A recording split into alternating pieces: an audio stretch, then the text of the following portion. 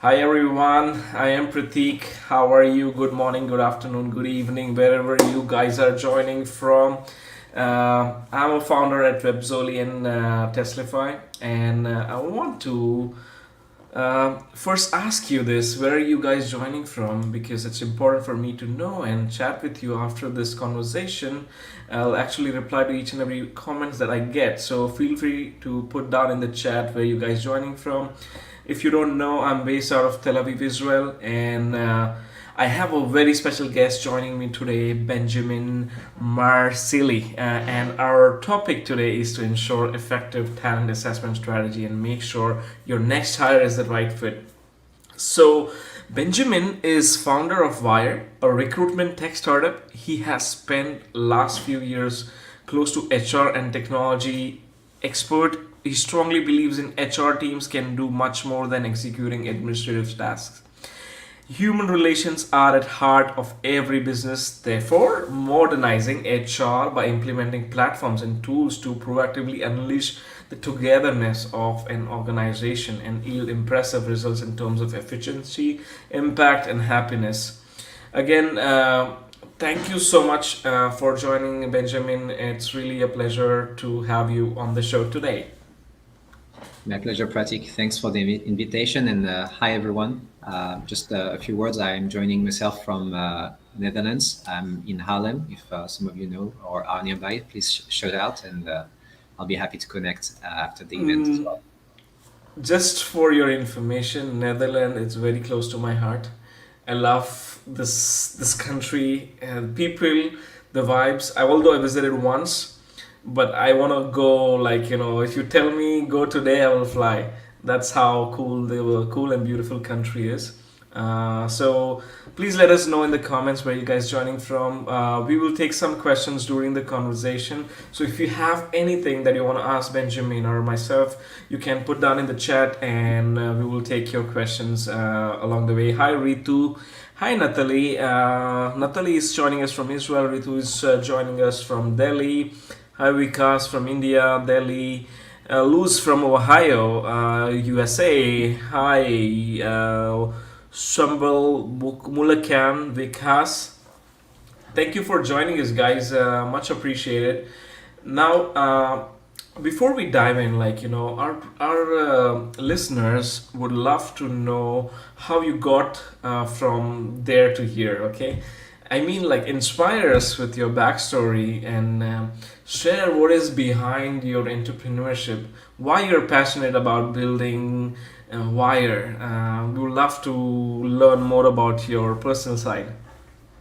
Thanks. And I think the key question is how does someone that's not from HR kind of comes in and thinks about an HR problem and tries to solve it? And this is really like about entrepreneurship. I think all of us, we have this drive when we work for other people that would like to make things more efficient. And that's really been something I've been always looking at the world and trying to make things more efficient. I've been hacking a lot of Arduino hardware for those of you who know what Arduino is. I've been creating two other platforms before Wire, and this is part of a learning journey as we go to learn about entrepreneurship, about building products that people want. But I think the big change for me was to experience one of the pain that many companies feel is basically when we try to hire people, and on both sides, we all recognize that the experience is kind of broken. We can hear and just I think I will encourage everyone to go to recruiting hell on Reddit. Please just have a look at all the bad experiences that they are. But it doesn't have to be so. And in terms of efficiencies and experience, I really wanted to add value here in this field. So yeah, I've done a couple of talks with my mentor Neil, who is very highly regarded in HR and wrote a book about HR as well, and has been building teams in Asia. And Wow. that brought me to basically trying to solve this problem that I solved with Wire. I'm sure I'm going to have opportunities to talk more about that. Inspiring, and we want more Benjamin to create new startups and new ideas and solve a lot of problems that we have in the hiring process. So thank you for sharing your story, Benjamin. If you are joining in, like, would love to know where you guys joining from. If you can hit that share button, I would really appreciate that. And like, I'll personally message you to thank you for sharing that video. So please do that for us. Moving on with the topic, Benjamin. Tell us a little bit about your work at Wire. What is like something that you're trying to solve with Wire? Hmm. Thanks, Pratik. So before going too deep into Wire, I think because we're all here with a lot of attendees who are really interested in the HR world, I think I wanted Mm-hmm. to redefine a little bit the word HR. To me, we're not human resources. It's about human relations, right? Mm-hmm. And so we hear a lot about fintech these days, and I think more importantly, right now, it's the field of HR tech. My Mm-hmm. vision is that of a modern workplace where the experience of humans, employees, candidates, hiring managers, and so on is at the center of everything. And we Mm-hmm. can see so many great solutions nowadays. I'll just mention a couple. We have Plum, which is a solution for mental health care, a service for Mm-hmm. employees. Donut to make sure people interact in a positive way. Juno to manage employee benefits. And there's so many great software, but it doesn't really have to start at the employee stage. We're also having to care about the candidate stage. So as early as Absolutely. possible, we have to have this. And I think where our mission sits in with Wire is to help companies at the beginning find those qualified talents quickly and scale job referral programs. We also try to make sure that we do that in a way that reduces as much as possible bias and enhances diversity in companies. But this is really like the core concept of Wire is to come as early as possible in the flow here and ensure the best experience for candidates. This is cool. N. Arif, who's joining us from Bangladesh, he says he loved your line. HR is a human relation. You said it so great. I think I'm gonna quote you on LinkedIn for this. It's really an important aspect of how we treat our hiring process, and even though once the hire is done, how you treat your employees, how you treat them as like a relationship more than as in just as a resource. So very well said, Benjamin.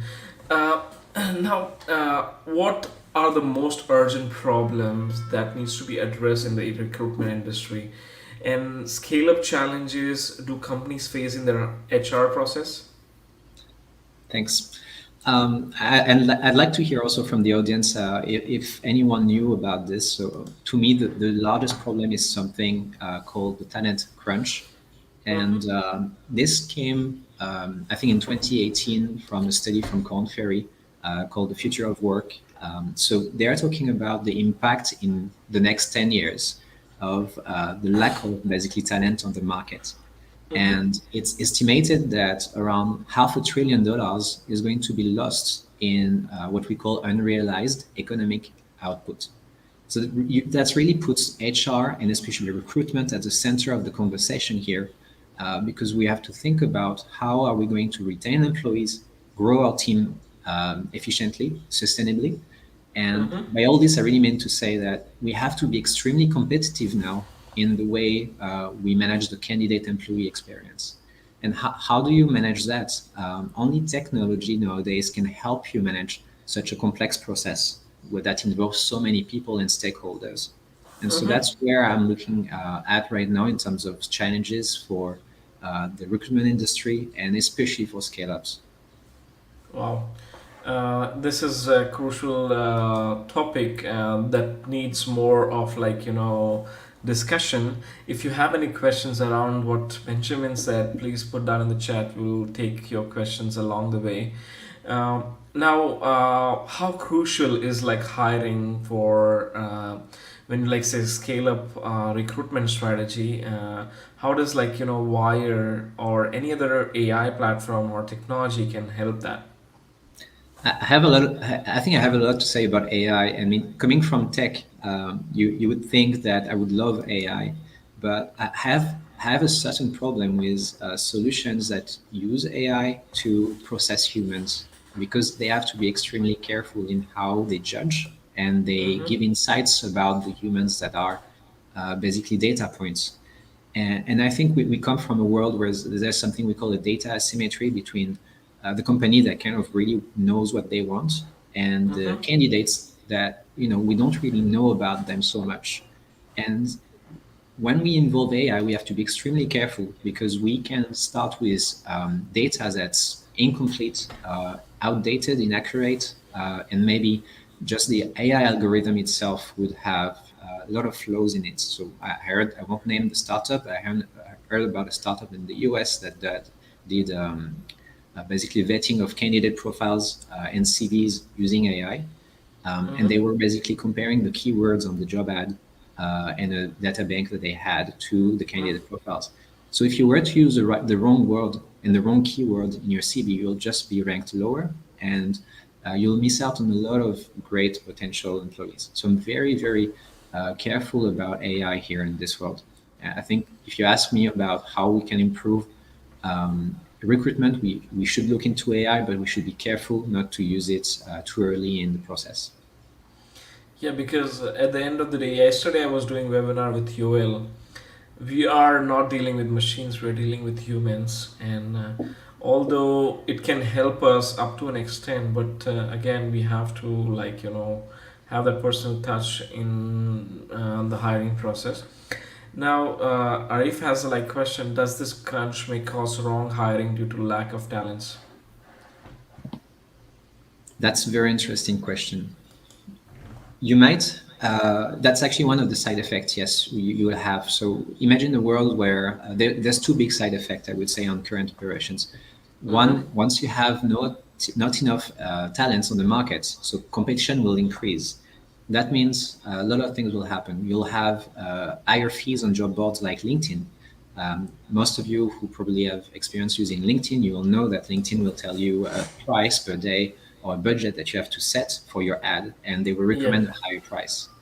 And the Yep. more people are actually looking to hire a certain role, the higher the price. So you can stand out. So we're fighting with our wallets now to be over there. So that's one thing.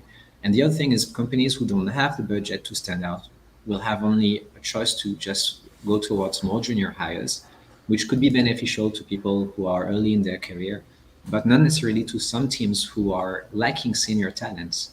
And the only answer so far is basically upskill, reskill as fast as possible. But the reality of it is that while this is happening, all companies will experience a talent crunch, and they have to do with more junior employees, but they also have to be extremely competitive so that they can attract the senior talents and get them. Now, the easy apply button on LinkedIn is like more like, it's kind of sometimes annoying to be on the recruitment side when you get a lot of CVs, especially like, you're hiring for a crucial position and you are limited with your time while you're hiring, and you get like 200 CVs. So the scale is good, like you're getting a lot of candidates, but at the end of the day, you are actually spending a lot of time in assessing those candidates or screening those candidates, which is like big pain. How do you like see this process, or maybe how we can make these things better? Well, Teslify is one way, but I'm sure this is something you know. I I want did to. not I did not mean to like go in that direction, but I wanted to because I feel this is, I'll get to that, but this is an ecosystem. We have to think about this. But I'll say the first thing you have to do is pre-screen those candidates. So we're talking about the keyword matching to the CV and the job ad. So you'll be looking at, does this person knows Python, C++? Are they located in this country or that country? And so you'll spend time doing this, and there's some pre-screening Q&A on LinkedIn that's already there, so that you can do this job in a certain way. Then you're still yeah. left with too many candidates to handle, and that's the thing. You have no choice than start using technology, but you have to choose the right tech, and you cannot using a job board. You cannot just ask like interns or dozens of staff to spend their time reviewing each profile. So then it really depends on what's your budget and what's the culture in your company. But if you want to achieve hiring excellence, to me, you need to start having the entire process managed, all the bookkeeping done through ATS and tools. And Mm-hmm. one of those tools that we integrate with Recruity, for example, or Greenhouse, Lever, those tools are amazing at basically mapping stages to actions. And so you'd be able to basically send all those profiles, all the hundreds of candidates to a certain tool. And I want to be extremely careful here because we always have to think also about the candidate experience. When you talked Mm-hmm. before about how does it feel as a recruiter to have to review these hundreds of applicants because they use Easy Apply, I would say Easy Apply is such a great thing for candidates because most of the candidates you want to hire, they're extremely busy. They don't have time to start a process of assessment that's really painful before they actually hear back from you and from your interests.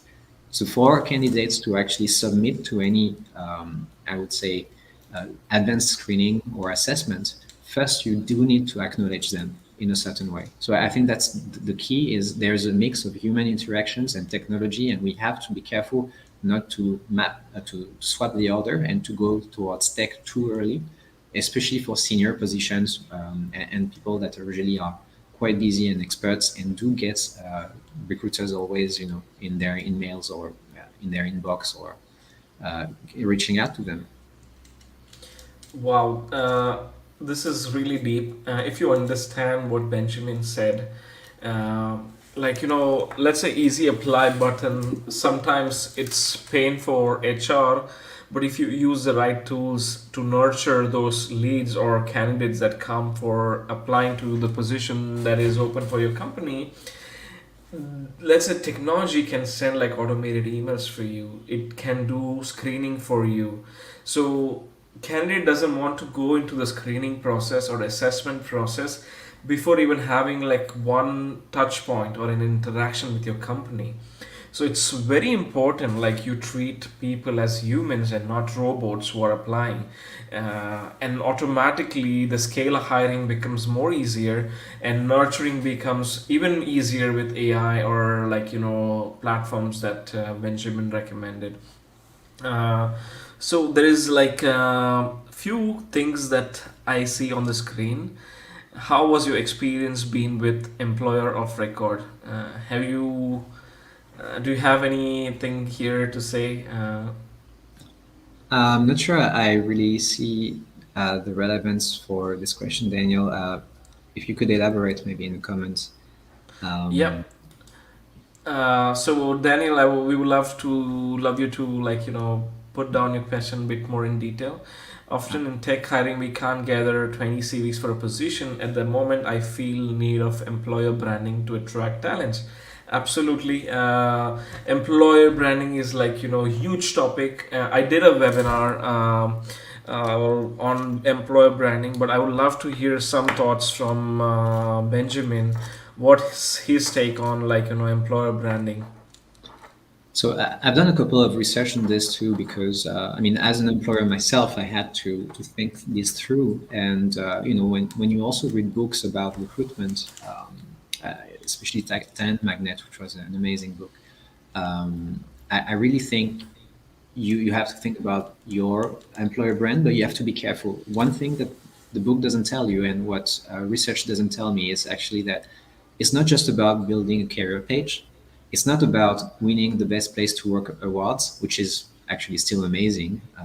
It's Mm-hmm. not also having an Instagram with meals and team pictures. This is cool, but nobody really looks at this if you look at the stats and the number of followers on those pages. So to me, it really starts at first at the job ad level. You have to list benefits, but more than that is where do most engineers want to go and work for? Mostly, if you tell them ThoughtWorks, they will be very excited. Designers, you tell them about WPP, they will be quite excited. Why is that so? Is because they look for excellence, and excellence comes from people. So if you cannot Mm-hmm. get the right experience as candidates and also as an employee, and you don't care properly about your candidates and employee, then they will end up leaving, and you will lose all the talents. And that's actually the talent who over time, by their achievements and the reputation that they have around them, will attract talent. And I would say more than a career page, which you have to have.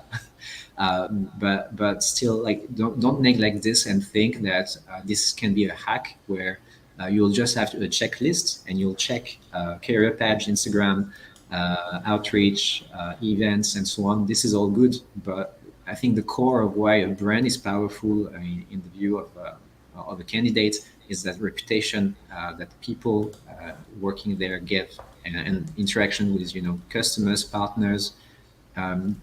It's a small industry. If you look at, for example, at tech, when I used to work for one of the largest fintech clients in Singapore back in the days, I interacted with 10 plus different vendors. And I can tell you now, I can list the list of vendors that are amazing and that I'd like to work again with. And even though they are not super big, they have a reputation in the industry now. And I think that's something that people, tell each other, refer each other to those jobs. And that's where the actual strength of the team will come from. Beautiful, really deep, and thank you for sharing that, Benjamin. There's one more question coming in. It is a long one. So, I believe that in order to somehow address the talent crunch happening globally, recruiters should devote more time, resources, and consideration into screening instead of screening out candidates. The decision makers, however, are putting more merit on candidates' experience than on their potentials. Wow. What tools can you recommend to advance this shift from making recruitment too patterned and making it more agile? That's true, Luz. We need to invest more in recruitment as a whole, more time, more efforts, and it has to reach out to leadership teams and also to technical teams. There's a field that's kind of growing now in large companies called recruitment ops, and that's normal. That's something that we see also in design ops, development, DevOps, and basically it is trying to take care of the entire chain of value of recruitment. And this is where we all sit around the table. We have management, we have technical representatives, we have enablers and influencers in the company. And we understand that the talent crunch is there and we have to do something about it. Now, if we have the problem of merits on the candidate experience rather than their potential, this is true, and this is a bias. This is a bias that a lot of people have, because when we talk about recruitment, we're actually talking about one thing: it's building trust. If you have built trust to a sufficient level to convince everyone, then the person is hired. And some hiring managers build trust in things that they know, and they will think, okay, this is someone that has done the same job in that big company. I know what I'm getting. I can trust that because I know that company has done the vetting. But if we have a proper assessment process, and I'm sorry, I'm not a sponsor of Teslify here, but we're talking about software like Teslify that can have a battery of assessment and tests that are defined together in a company with the leaders. Then we can actually give trust back by saying that this candidate actually did pretty well, better than that candidate who had the experience. And then you start judging the person not on potential, which is hard to measure and hard to trust, but you judge them on the actual assessment. And of course, this is all human relations, so there's no formula. There's still a hiring committee, but at least in terms of culture in the company, it would be great if people could sit around the table and say, the talent crunch is here. We have to step up our recruitment game, and we have to know how to build trust as fast and as good as possible in the recruitment process. So, when you're hiring at scale, it's like, very crucial in terms of like screening. Although technology can help you, but at the end of the day, there's someone sitting behind the desk actually screening out candidates, checking out LinkedIn profiles. Is there a way, like, HR can save time here in terms of screening those candidates and actually finding the right one? I think so. I mean, that's also where Wire is standing. This is how can we pick a better sourcing channel that has properties of delivering higher trust.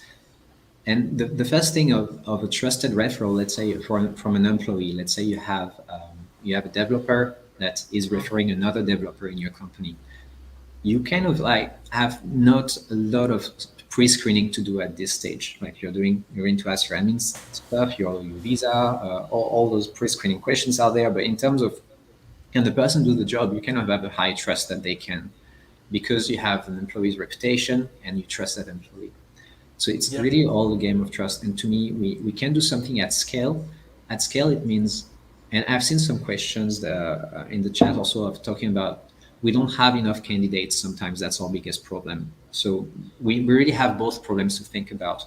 On one hand, I have not enough, and on one hand, on the other hand, I have too many candidates, right? And this is a problem based on your organization and your budget and the way we are hiring. I'm talking about a new sourcing channel here, which some of you probably have heard of because it's not really new. It's called external referral. And this is something that has failed for years and years on, because a lot of recruiters and companies post on their LinkedIn page and say there's a bounty program. If you can find a developer for us, hey, here it is. We'll give you $1,000 or $500. And this is kind of good, but they are missing one key part. More than one, but at least one. They're missing the community. Who is actually watching and listening to that? Are they actually the experts that they will trust, or are they just random people looking for money, or is it at worst maybe no one, because no one really sees that message?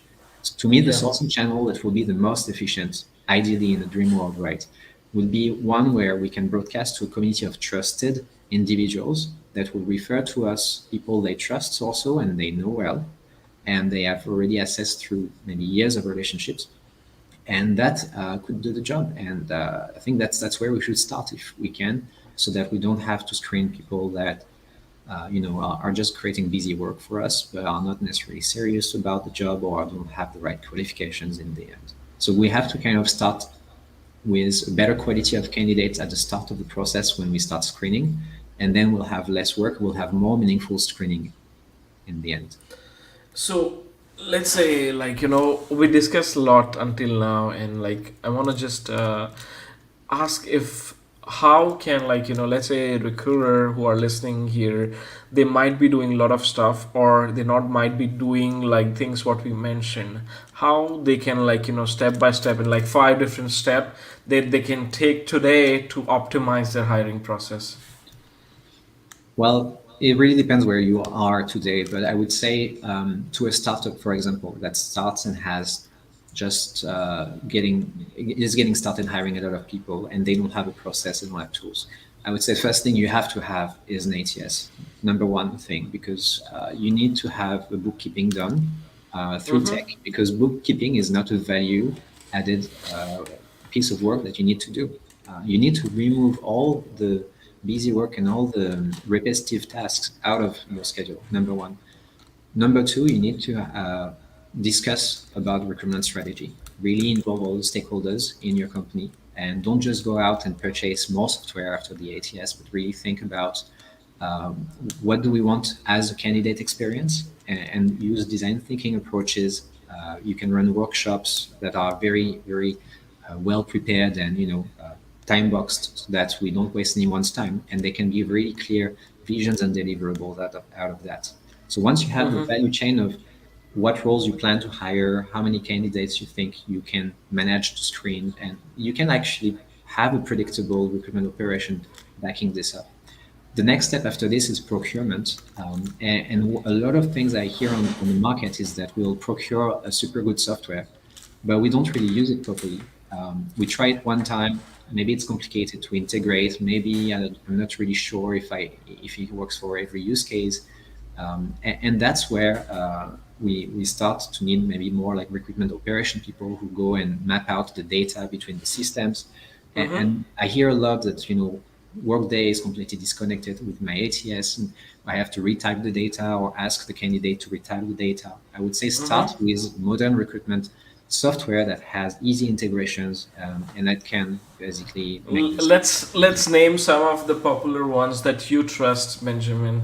We are not marketing anyone, but it's something that we want to help you find the right one, right? So if you I, want to just I would just mention one that is close to my heart. it's Recruitee. It's because it's a Dutch company here in the Netherlands, and they have this approach of collaborating hiring, where basically you see what all the modern experiences that we have today on like Google Sheets, Google Docs, Slack. All of this is basically real-time collaboration.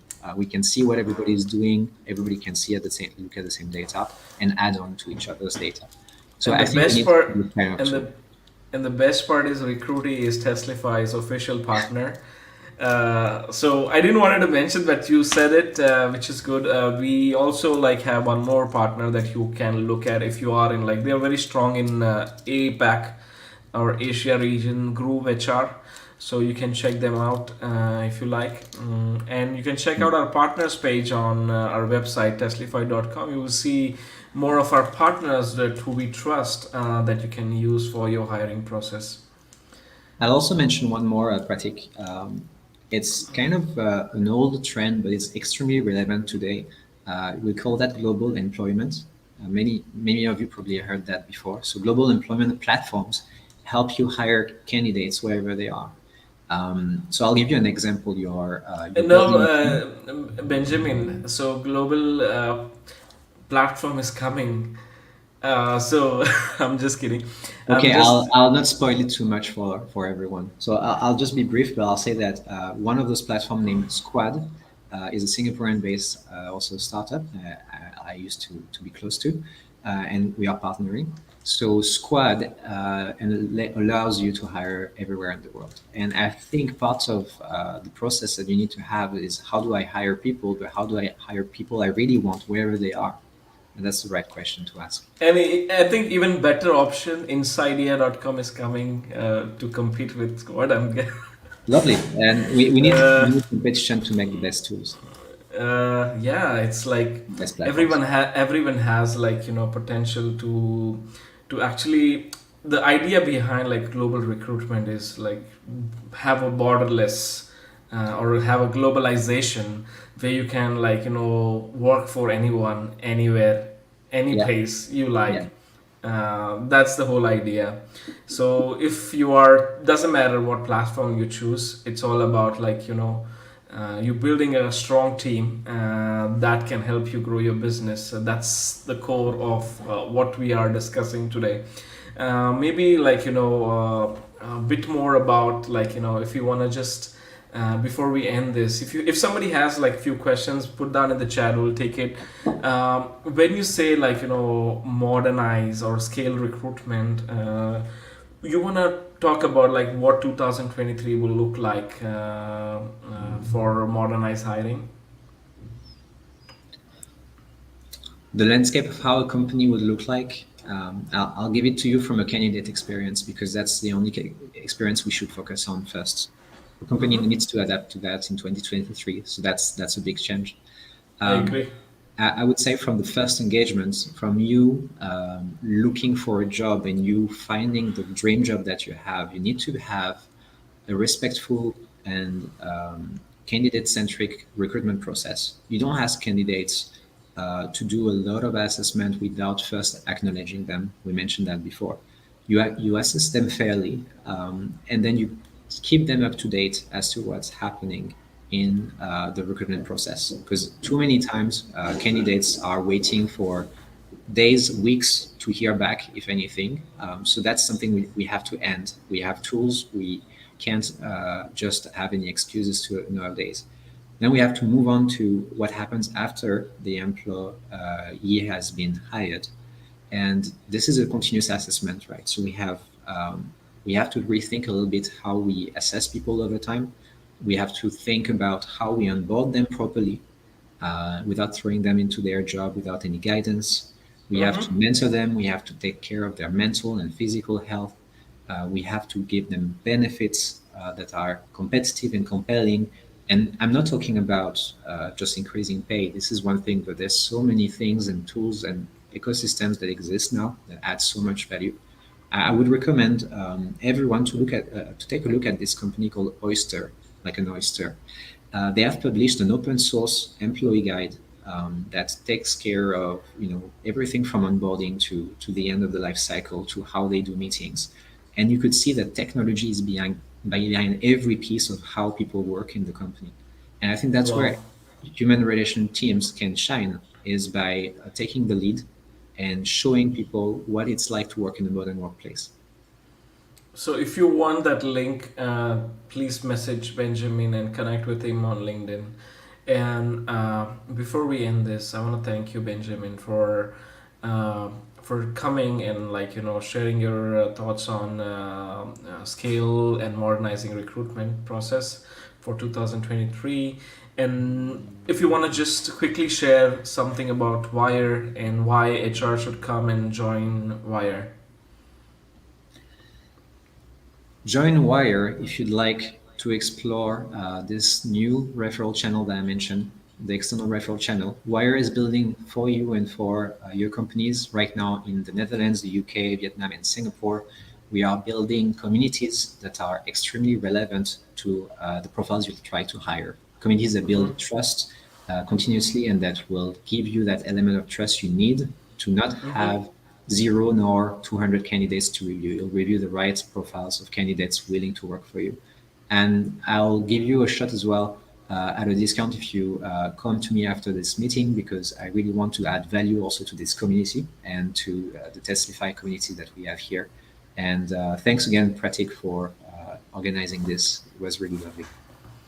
Thank you, Benjamin. If you are not connected with me on LinkedIn, feel free to send a connection request. And if you have any other questions that we didn't take today, you can message us personally and we will try to answer the best way we can. If you haven't checked out Testify, Testify is a talent assessment platform. We help HR almost predict who to hire smarter, right?